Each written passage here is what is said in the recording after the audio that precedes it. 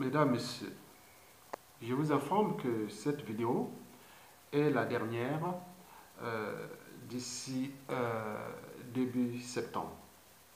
Sauf s'il y a quelque chose qui se passe de spectaculaire au Congo-Brazzaville en tenant compte des enjeux, l'éducateur Sassou Nguesso dégage. S'il n'y a pas ça, bon, donc rendez-vous à la rentrée avec mes vidéos, c'est-à-dire à partir du 25 ou 26 ou 28 août à peu près 2019. Ceci dit, mesdames, messieurs, cette vidéo est destinée d'abord aux élus locaux, que ce soit maire ou président de région. Cette vidéo s'adresse aussi au gouvernement. Et n'oublions pas à tous les experts qui étudient les sciences de l'environnement. Mesdames, Messieurs, collectivité locale vivable, principe, démarche, problématique, enjeux et impact. En réalité, je vais ici traiter une nouvelle démarche des enjeux de la collectivité locale. Et tout en cherchant à vous apporter des réflexions locales pour que vous puissiez changer de paradigme. Et pourquoi? Parce que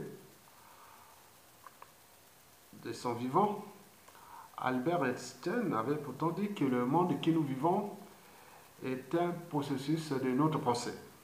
Il ne peut être modifié sans repenser nos modes de pensée.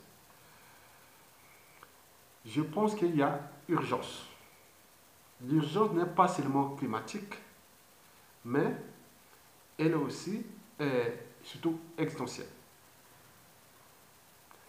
Et existentielle parce que je pense tout justement à nos rapports avec notre environnement, avec notre planète.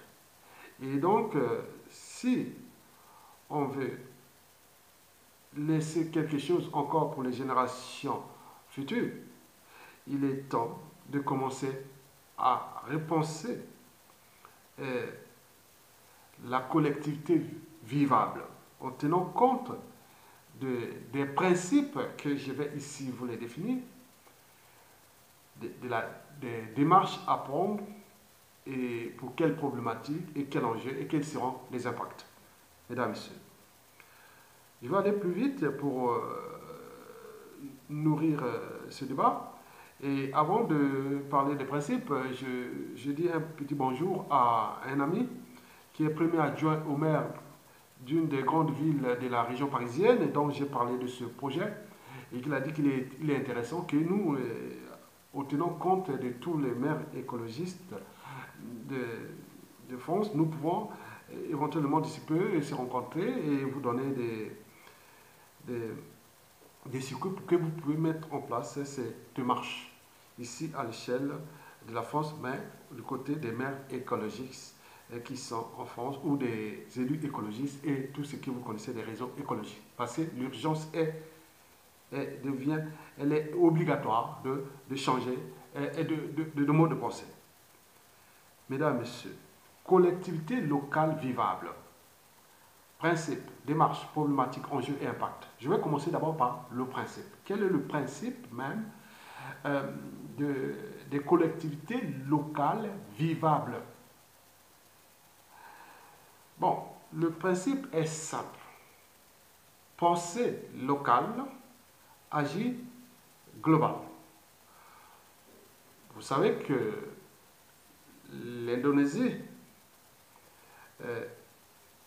qui sous-traitait les déchets ménagers de la France et de Hong Kong et d'autres pays, vient de renvoyer ces déchets à leur pays d'origine. Donc les déchets qui arrivaient en Indonésie, il les a renvoyés à Hong Kong et puis on flanche.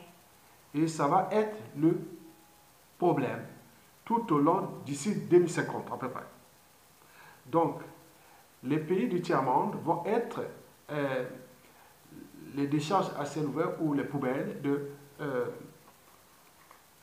des pays développés. Et comme tout est global, donc quand on impacte là, il y a des conséquences là-bas. Donc c'est un ensemble. Donc nous voulons éviter et que ce genre de contentieux deviennent la règle. Et donc penser local, agir global. Mais il faut se dire que, par exemple, pour vous donner un peu le sens même de penser locale, agir global. Prenons en biologie et en médecine. Vous savez qu'un corps malade, c'est d'abord une cellule malade. Retenez bien, un corps malade, c'est une cellule malade. Donc, le principe de collectivité locale vivable est donc calqué sur le principe du fonctionnement de notre organisme vivant, c'est-à-dire notre corps humain. Vous savez, le corps humain, pour qu'il fonctionne bien, en bonne santé, et donc on commence d'abord par les cellules. Et l'ensemble des cellules forment des tissus. Et l'ensemble des tissus forment des organes. Et les organes font un corps ou un organisme. Et par exemple, un corps malade, quand nous prenons le cas prenons par exemple d'une cellule. Par exemple, une cellule nerveuse malade, c'est un tissu nerveux qui est malade. Et comme les tissus forment les organes, donc l'organe ici, c'est le cerveau. Donc c'est un cerveau qui peut être malade parce que depuis la cellule nerveuse, en passant par les tissus nerveux, et on arrive à un cerveau qui est malade. Ça peut être une folie, ça peut être quelqu'un de dérangé, on peut avoir tout sur le cerveau, les maladies du cerveau. Et donc, ce n'est pas tout, on peut prendre aussi les cellules sanguines. Bon, l'ensemble des cellules sanguines, c'est des tissus sanguins. Après, bon, ben, on arrive à des organes comme ce qui peut toucher, ça peut vous provoquer des leucémies, des cancers, et tout le corps est malade. Et donc, les cellules représentent quelque part ici les collectivités locales. Donc, nous partons des cellules vers le corps humain. Donc, nous partons maintenant des collectivités locales, c'est-à-dire comme des cellules. Nous arrivons à des tissus, comme des régions, et puis à des organes, comme les nations, et puis à tout un corps entier, ça veut dire comme un continent ou la planète Terre. Donc l'ensemble des collectivités locales, régions, États et autres, bon, nous on les définit maintenant comme des écosystèmes terrestres. À la différence des écosystèmes humains. Parce que quand on parle de corps humain, c'est un écosystème. Mais tout part de l'infiniment petit, c'est-à-dire la cellule, jusqu'à ce que vous voyez que je suis là. Et donc quand on prend les cellules nerveuses, eh ben, déjà le cerveau, il y a 110 milliards de cellules nerveuses. Et n'oublions pas l'intestin qui est le plus grand aussi. L'intestin contient beaucoup plus de nerfs que le cerveau. Donc il faut voir au nombre. Donc combien y a-t-il de milliards de cellules nerveuses? Et n'oublions pas les cellules sanguines, les cellules musculaires, divisées en deux parties. Il y a les cellules musculaires lisses qui font le cœur et les poumons et tout ça. Mais il y a aussi les cellules musculaires striées, squelettiques, qui forment nos muscles. Et donc, on peut additionner tout ce somme de celui-là et on voit que tout ça, ça forme un écosystème quand il devient des tissus, puis des organes comme le cœur, le cerveau, les reins, et le foie et tout. Bon, vous avez tout compris. Donc, voici pour la petite histoire du principe. Donc, pensée locale, agir global, il faut partir sur le principe du corps. Que quand vous êtes malade, et donc on va voir toujours les filaments petits. Les filaments petits pour nous ici, au niveau des écosystèmes sociétaux, donc c'est d'abord la collectivité locale, la commune. Et donc il faut aller dans ce processus-là. Il y a des facteurs entrants et sortants. Nous, les facteurs entrants d'un corps, ils rentrent par les 5 sens. La peau, les nez, la bouche, les oreilles et les yeux.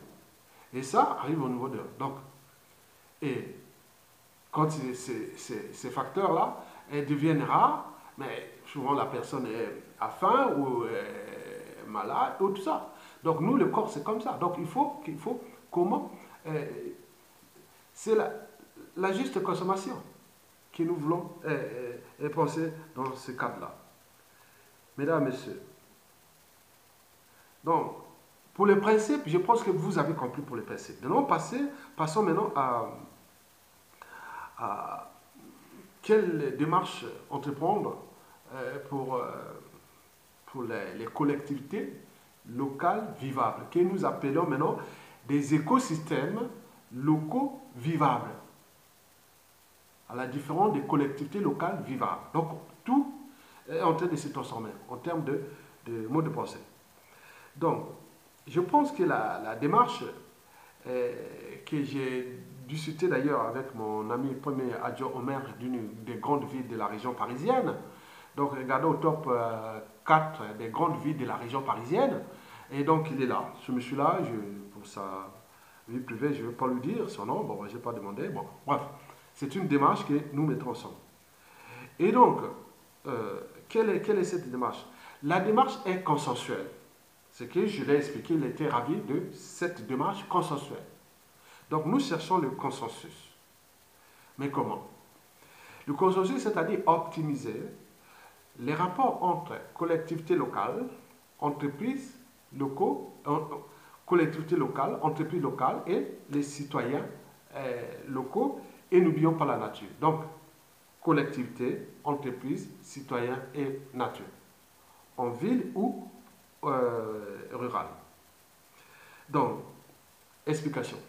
Donc, nous allons placer au milieu la commune ou la collectivité locale. Si c'est une commune, c'est la collectivité locale et la commune. Si c'est un département, elle devient comme une collectivité aussi locale, comme départementale ou régionale. Donc, la collectivité locale.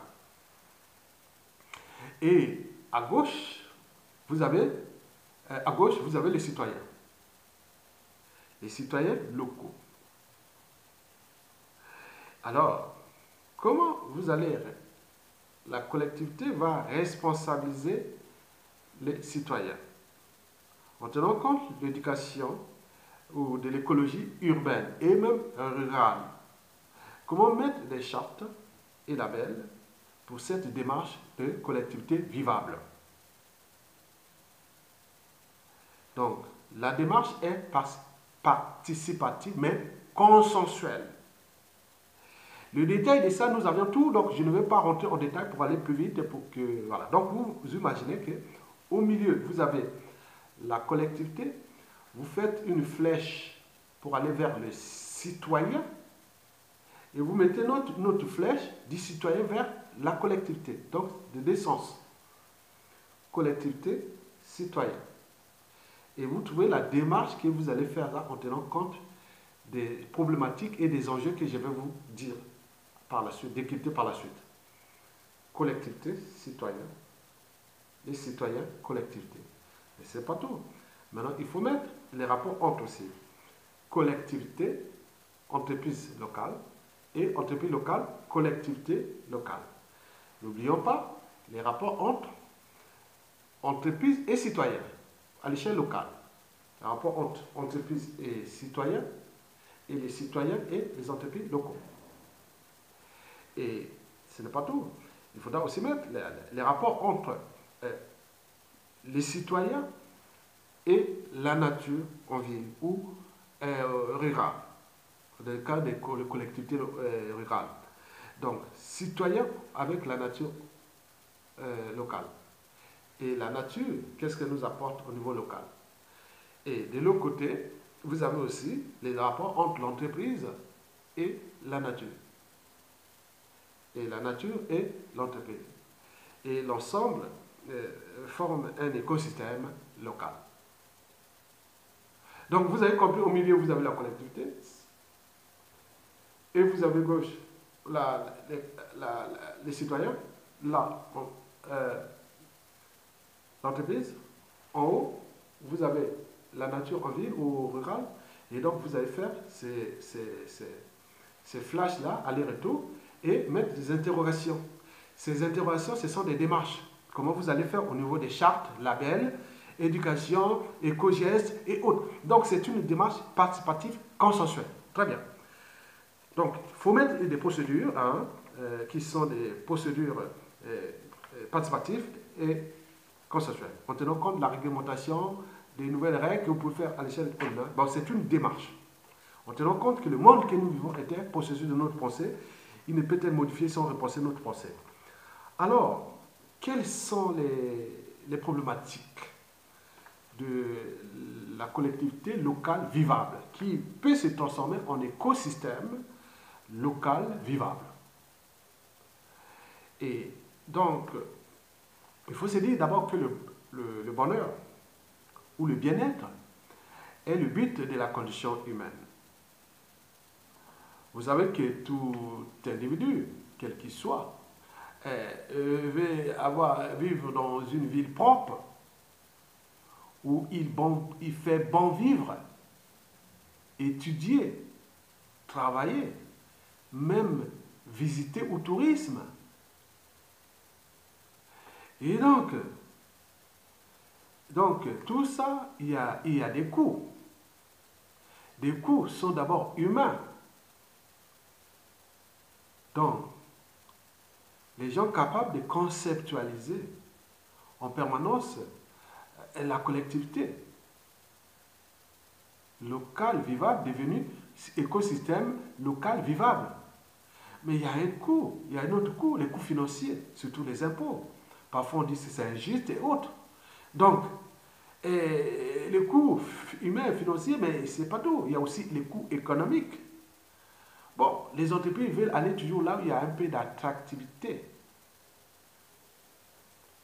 Que ce soit le cadre de vie, le niveau de vie, mais également, surtout là où il y a moins de taxes et où il y a les rapports entre taxes et, oui, de production, bon.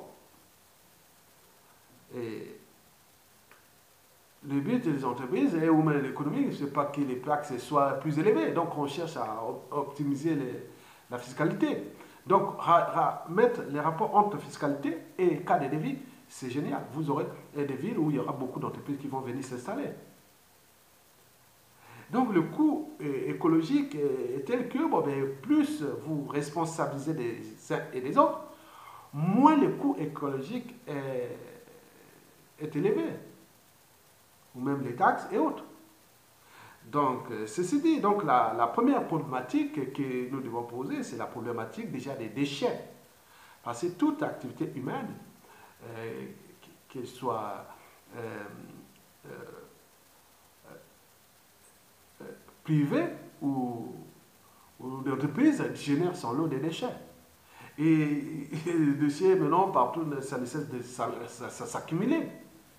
Bien sûr que les problèmes se passent au niveau de la conception, de la production de ces déchets, les éco-conceptions, les éco-produits et tout ça, tout ce qui peut être recyclable déjà en amont, le principe pollueur-payeur. Donc nous avons tout ça à repenser. Mais le problème des déchets, c'est-à-dire ça pose le problème de production, de consommation, de collecte et de traitement des déchets. Bon, ils sont de différentes sortes. Les déchets alimentaires banals, les déchets industriels spéciaux, les déchets industriels banals, les déchets ménagers spéciaux. Hein. Vous avez des déchets verts, vous avez des déchets hospitaliers, et oui, on allons même jusqu'ici en Occident, ici, les déchets nucléaires. Donc il y en a tellement que, bon, ben, on ne sait plus où mettre la tête. Il essaie de cumuler. Et donc, sur ce plan des déchets, donc comment cette problématique peut-elle posée à l'échelle locale, en tenant compte déjà des problématiques de la propriété de la ville, et des coûts financiers et autres. C'est une démarche consensuelle entre ce que je vous ai précité, collectivités, citoyens et entreprises. Mesdames et messieurs, donc, cette démarche consiste à fixer déjà des objectifs sur la problématique des déchets à l'échelle de la ville. Et cette démarche-là est trouver des outils. Et donc, nous avions déjà cette démarche qui est déjà là, il faut mettre tous les services techniques, le citoyen, les services techniques de la ville, les experts, les citoyens et autres dans une démarche participative consensuelle, tenant compte des problèmes des déchets. Le problème, par exemple, des traitements des déchets. Bon, il y a plusieurs traitements, hein, que ce soit la collecte sélective, donc il faut la priorité à la collecte sélective, mais comment mettre que plus de populations puissent s'impliquer dans la collecte sélective, étant donné qu'il y a des problèmes sociaux, il y a aussi des problèmes d'infrastructure, les habitats verticaux ou pavillonnaires, autres, bon, en fonction des populations. Et quel est le rôle, comment c'est recyclé? Bon, ben, si agir pour les déchets, c'est agir pour votre porte-monnaie, c'est aussi agir pour la planète, c'est agir. Donc tout ça, c'est possible. Il ne suffit pas de distribuer des prospectus ou autres que c'est fini, affiché. Non, il y a une démarche qui doit être mise en place et on élabore des protocoles, des chartes et autres contre les citoyens et autres avec oui, il faut encourager les citoyens à participer à ça pour les intérêts. Et nous avions ces démarches-là que nous avions déjà pensées et comment la mettre en place au terme de ces rapports citoyens, entreprises et autres. Mais partout, ce ne sera pas pareil. La commune point, la commune point, ce n'est pas pareil. Donc chaque commune fait sa propre démarche en partant de ce principe que je vous ai précité. Bon, vous avez la problématique pour aller plus vite, hein, parce que pour que la vidéo ne soit pas longue, trop longue. Bon, vous avez les problématiques de la propriété de l'espace public, les bons gestes, les chartes citoyennes entre entreprises, collectivités et citoyens. Donc tout est à mettre en place, à repenser.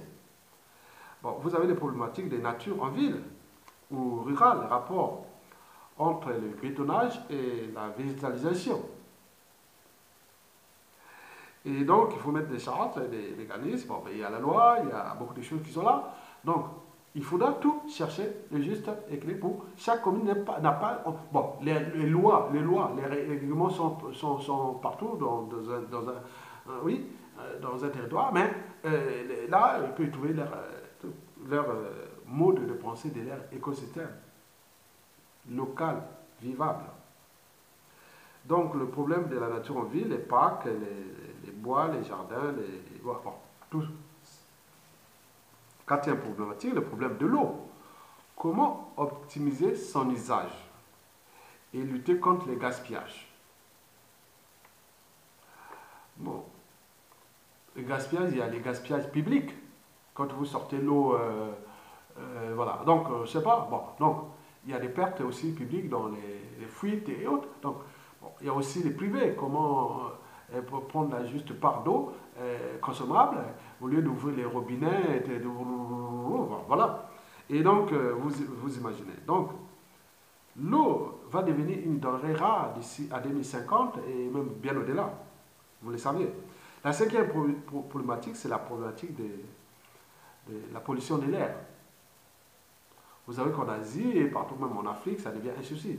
En Europe, le problème de pollution de l'air, bien sûr on en parle, Mais quand même, quand on voit par rapport aux villes des tiers-monde, c'est pas pareil. Donc il y a un effort à continuer dans ce cas-là. Et vous savez qu'il y a des gens, par exemple, ils font 500 mètres en voiture pour aller faire les courses. 500 mètres. Alors qu'il n'a même pas grand-chose, et il va faire 500 mètres en voiture. Vous imaginez? La sixième problématique, c'est la problématique tout simplement de consommation locale. Comment favoriser les circuits courts, les circuits courts hein, de transport, de production, de transport et même de consommation. Et septième problématique, c'est l'inclusion. Donc on parle d'exclusion, mais comment favoriser la convivialité et tout en repensant le mixage social et même culturel, toujours en lien avec des projets participatifs consensuels dans le cadre d'un écosystème. Vous voyez une cellule nerveuse, ou même une cellule nerveuse et une cellule musculaire, ils sont ensemble, non? Ils sont ensemble. Parfois même, là, c'est le muscle qui protège la cellule nerveuse, parce que les nerfs passent entre les muscles. Donc la mixité sociale, comme je l'ai dit, c'est aussi ça. C'est un bon organisme, c'est l'interaction cellulaire et qui fonctionne bien. Mesdames et messieurs, huitième, c'est les problèmes de politique. Oui, politique, donc à ceux qui vont adopter cette démarche au niveau de la classe politique locale, c'est-à-dire quand vous avez eu des mandats, et même si vous avez bien travaillé, bon, il faut quelque part dire non, mais je laisse aux autres continuer. Vous pouvez avoir d'autres missions. Mais que dire non, mais j'ai fait deux mandats, que je vais au troisième, ça devient une forme de dictature. Dans un monde consensuel et participatif, on ne veut plus que ce genre de mentalité reste encore dans la classe politique. Vous venez, la politique, ce n'est pas un métier. C'est une fonction. J'ai essayé, oui, ça marchait, bon, ben, je laisse deux mandats et je m'en vais. Donc ceux qui vont adopter la démarche, mais adoptent aussi la charte de deux mandats top limité. C'est votre démarche personnelle. Dit non, mais je fais deux mandats, bon, ben, je m'arrête. Bon, neuvièmement, problématique des chartes, oui, chartes labels. Donc, ils seront propres à chaque collectivité locale. Donc, il faudra mettre ces chartes-là, en tenant compte les rapports citoyens et collectivités, citoyens et entreprises, et inversement, entreprises et collectivités, et inversement. Maintenant, leur somme en fonction de la nature en ville. Et donc, vous allez mettre les flèches aller-retour et mettre les points d'interrogation sur chaque flèche. Et c'est là que vous allez mettre tout le monde, les citoyens, les autres, pour participer dans une démarche, une procédure qui sera mise en place. Bon, après, bon, ben, la charte, bon, 9, la dixième problématique, c'est la coopération. Donc, il faut aller montrer aux autres que nous avions fait cette espérance qui marchait parce que les, ce que vous avez vu, les coûts financiers, les coûts autres, la ville où il fait bon vivre et tous les citoyens se sont investis d'un rôle dans leur collectivité et personne n'est exclu, c'est l'inclusion totale et donc c'est très bien, bon vivre. Donc ça évite l'incivisme et tout ce que vous connaissez. Mesdames et messieurs, collectivité locale, alors quels sont les enjeux? Bon, les enjeux, il faut se dire que le modèle économique euh, tel qu'il fonctionne ici en Occident, c'est-à-dire le modèle économique occidental, est fini. Il est dans une impasse. Il subsiste pour l'instant grâce à l'exploitation forcenée des énergies fossiles, des métaux rares. Et n'oublions pas, par le maintien au pouvoir et par la force des régimes souvent dictatoriaux, et notamment en Afrique. On parle aussi de l'exploitation des millions de travailleurs.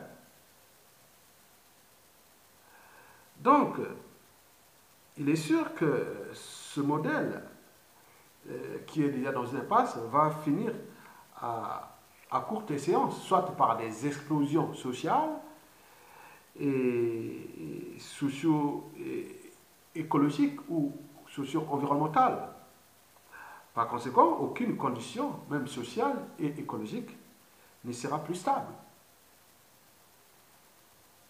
Partout, on dit que les Blancs, les Blancs, les Européens, avec orgueil et rébellion, se sont mis au-dessus des lois physiques, chimiques, biologiques et géologiques. Et n'oublions pas astrophysique de la vie, de la création et de l'univers.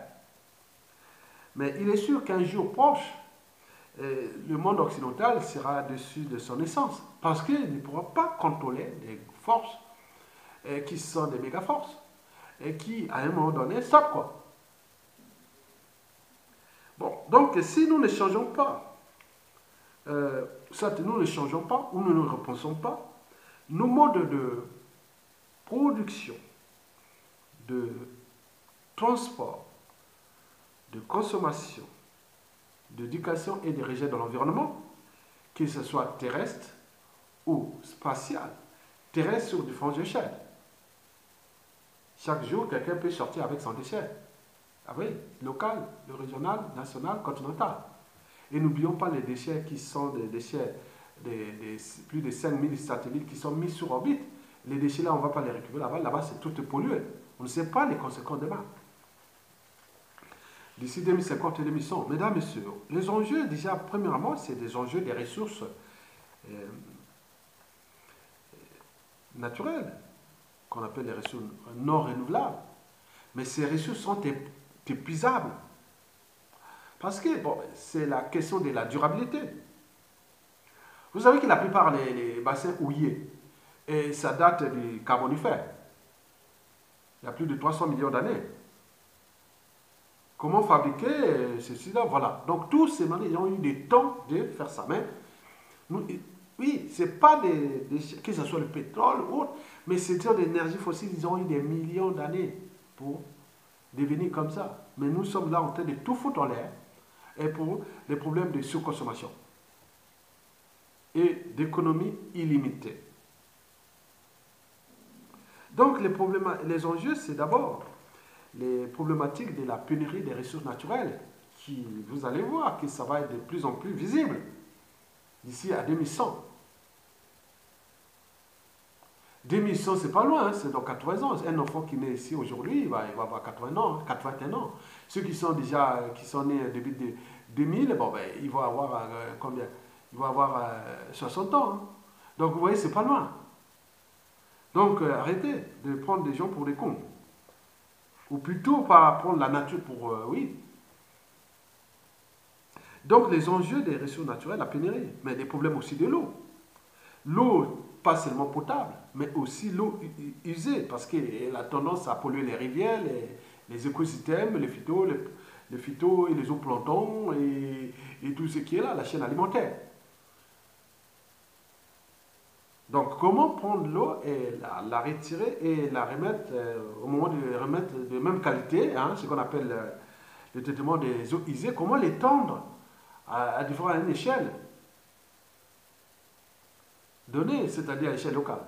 Bon, le problème des ressources naturelles, le problème de l'eau, le problème de la sous-consommation. Oui, il y a des gens qui consomment parce qu'il faut consommer. Donc, l'auto-limitation doit être aussi quelque part. Il y a des choses qui sont plus importantes dans la vie que la surconsommation. Parce qu'il vient des ressources naturelles. S'ils sont des ressources renouvelables, ok. Mais s'ils sont non renouvelables, à un moment donné, il faut dans la tête se dire qu'on a un souci pour les enfants, petits-enfants et arrière-petits-enfants. Vous avez des problèmes que je vous ai posés, les enjeux des déchets ménagers et assimilés. Et les problèmes, les enjeux de la pollution, les problèmes aussi de la démographie. Comment repenser les enjeux de la démographie sur différentes échelles? Le problème d'éducation écologique et surtout de la démocratie consensuelle. Donc, comment éviter d'abord, premièrement, on dit qu'il faut éviter l'écologie punitive. Aller plutôt vers l'écologie consensuelle. Consensuelle parce qu'il rentre dans le consensus entre la collectivité, c'est-à-dire la politique, les citoyens comme électeurs et l'entreprise comme producteur de richesses. Donc, comment trouver les pactes que ça soit là, que bon, ben, on a besoin d'exploiter ces matières premières parce qu'on a besoin aussi de vivre et autres, mais jusqu'à quel coût et pour quel impact et autres. Donc tout est à repenser déjà à l'échelle locale en partant du principe de penser local, agir global comme un corps humain. Oui, nous pensons à redynamiser des écosystèmes locaux vivables à la place des collectivités locales. Donc, responsabiliser les uns et les autres par des projets consensuels. Bon, mesdames et messieurs, il faut se dire que nous sommes sur une planète finie et que nous devons comprendre comment chercher à capter la juste part. Et en captant la juste part, nous pourrons peut-être laisser aussi aux générations futures, c'est-à-dire les enfants, petits-enfants, une autre planète. Parce qu'il faut se dire que nos besoins de consommation sont illimités, alors que les ressources nécessaires à nos besoins sont limitées. Mais si nous continuons dans cet état d'esprit, il est sûr qu'il faudra 10 planètes et Terre pour subvenir à nos besoins d'ici à 2100. J'ai écrit ces articles-là en 2014, 2015, 2016, 2017, sont dans mon blog Congo Objectif 2050. Il y en a même certains qui ils ont repris, et oui, j'ai vu ça bien. D'ici, si nous ne repensons pas nos modes de production, de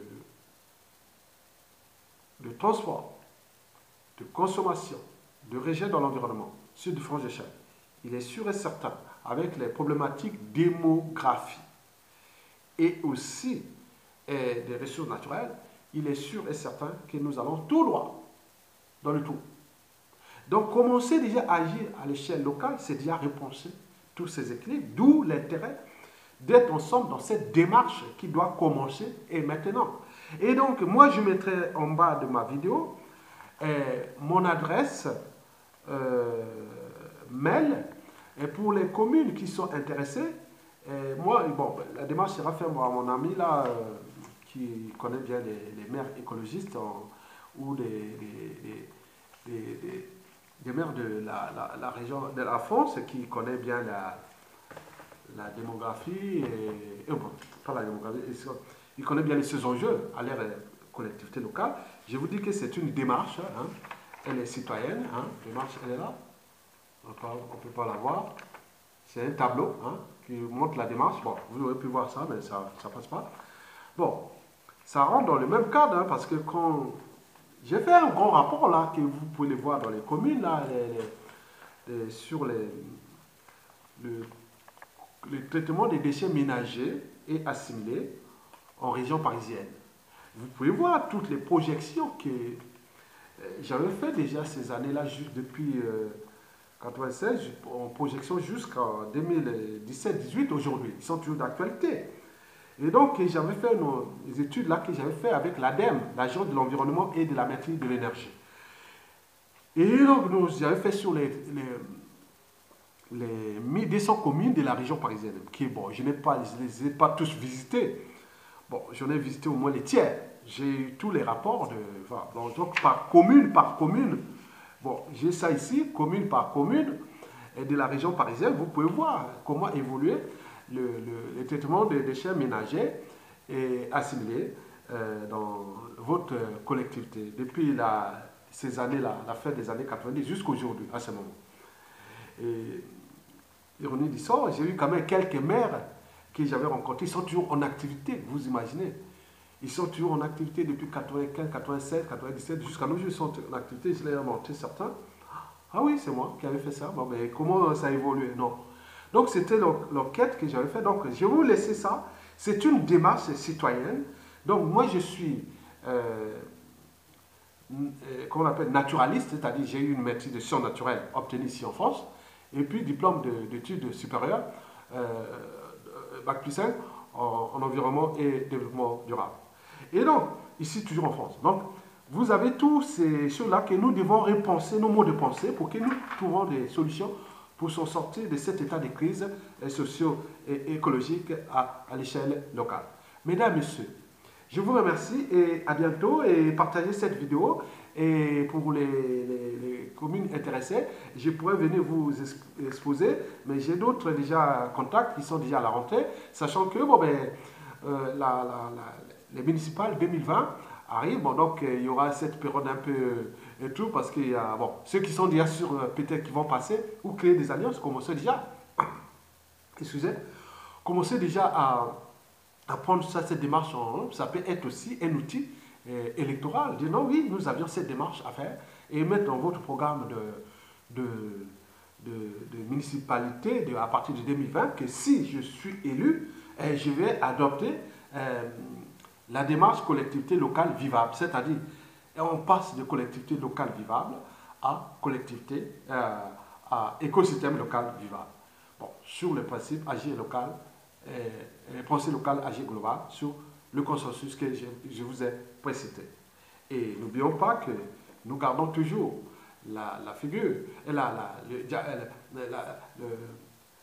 diagramme, ou, oui, c'est ça, Camembert ou autre, bon, écologique, social,